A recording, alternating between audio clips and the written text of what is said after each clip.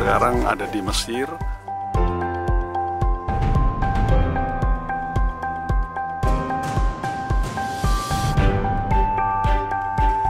Dulu di sini air sungai ini sampai sini, tapi sekarang karena ada bendungan Aswan, jadi sekarang air tidak sampai. Tapi ini dulu tempat Putri Firaun turun ke kali, di situ Musa kemudian ditemukan. Ini daerahnya.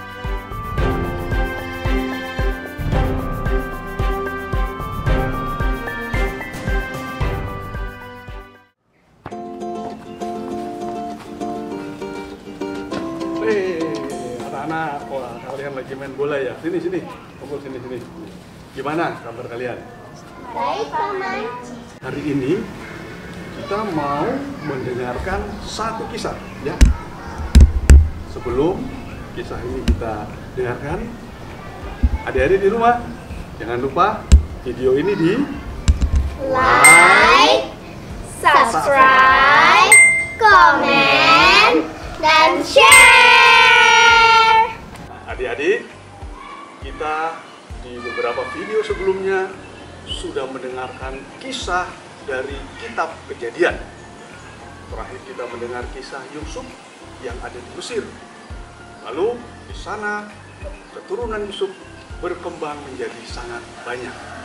Kali ini kita akan mendengar kisah orang Israel yang ada di Mesir, lalu dia keluar dari Mesir.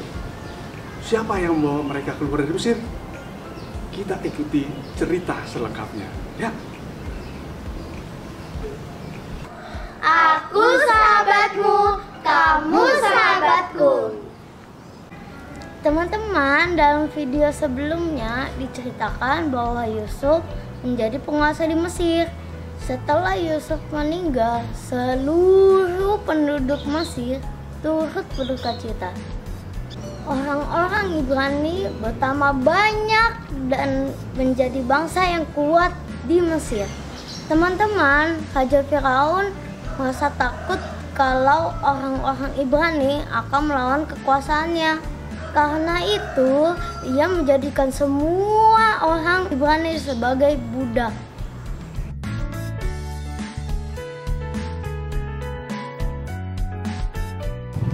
Raja Firaun memperlakukan para budak tersebut dengan sangat buruk. Ia memaksa mereka untuk membangun kota-kota besar. Tetapi, walaupun mereka harus melakukan pekerjaan yang berat, jumlah orang Ibrani semakin hari semakin banyak, teman-teman. Oleh karena itu, Raja Firaun memberi perintah agar semua bayi laki-laki Ibrani yang baru lahir dibuang ke Sungai Nil. Raja Firaun yang jahat itu ingin mengurangi jumlah orang Ibrani dengan cara membunuh bayi-bayi orang Ibrani yang baru lahir. Pada suatu hari lahirlah seorang bayi laki-laki dalam sebuah keluarga Ibrani keturunan Lewi. Setelah berusia 3 bulan, bayi itu dimasukkan ke dalam peti pandan dan diletakkan di tepi Sungai Nil supaya tidak dibunuh oleh Raja Firaun. Kakak perempuan bayi itu berdiri dan melihat dari kejauhan. Apa yang kemudian terjadi dengan bayi kecil itu ya? Tidak lama kemudian, Putri Firaun datang ke tepi Sungai Nil untuk mandi dan ia melihat peti itu. Lalu berkata, "Oh, sebuah peti. Aku ingin tahu apa isinya." Putri Firaun kemudian menyuruh hambanya untuk mengambil peti itu. Ketika ia membuka peti itu, terdengarlah tangisan seorang bayi.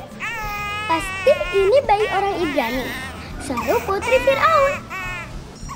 Kakak perempuan bayi itu kemudian menawarkan kepada Putri Firaun untuk mencarikan seorang perempuan Ibrani yang bisa merawat dan menyusui bayi itu, teman-teman. Putri Firaun setuju dengan tawaran itu. Maka pergilah gadis itu memanggil ibu si bayi. Maka berkatalah Putri Firaun kepada ibu itu, "Bawalah bayi ini dan susuilah dia, maka aku akan memberi upah kepadamu."